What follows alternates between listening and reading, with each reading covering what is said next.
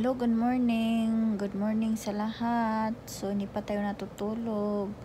Doon pala sa nag-viral yung kay Bernadette Flores Cutas na nag 33 million na yung kanyang views, mga lods. So, pinanood ko pala yung iba niyang mga video at pumalo din ako sa kanya, nakapalo na ako.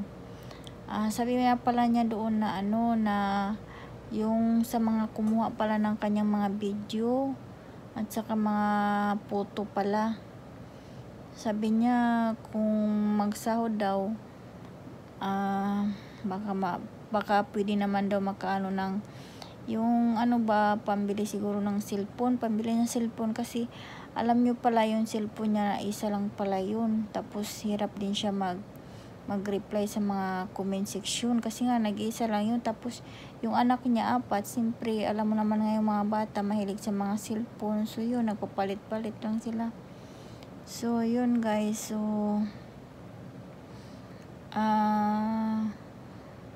pala yung ang laki na ng mga views niya, kaya lang ang pala doon, hindi pa pala siya makasahod kasi hindi pala siya na-invite sa hindi pa pala siya na-invite.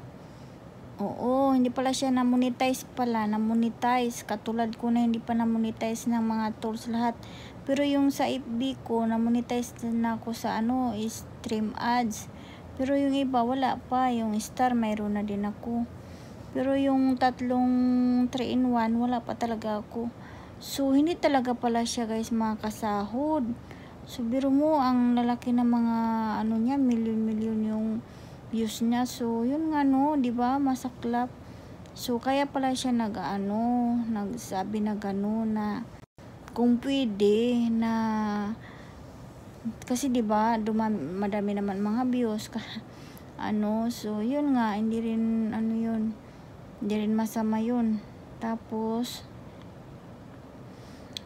yung nakaraan pala, may napanood din ako na siya, na-invite siya sa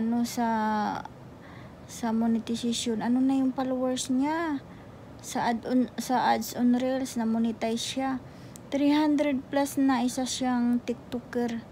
Nakalimutan ko yung pangalan. Oo, lagi ko rin pinapanood yung TikToker na yun.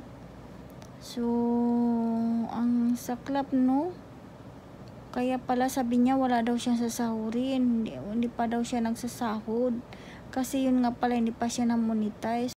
So parang ako, hindi pa din ako na monetize sa lahat ng tools, wala pa. So ang saklap, di ba? Kasi biro mo, ang hirap kunin ng mga tapos hindi pa pala siya makakasahod kasi hindi pa pala siya monetize. So yun lang guys. Dati yung pero kung yung dating yung dating tawag dito, yung may requirement sa any stream ads, ay na siya, monetize na siya.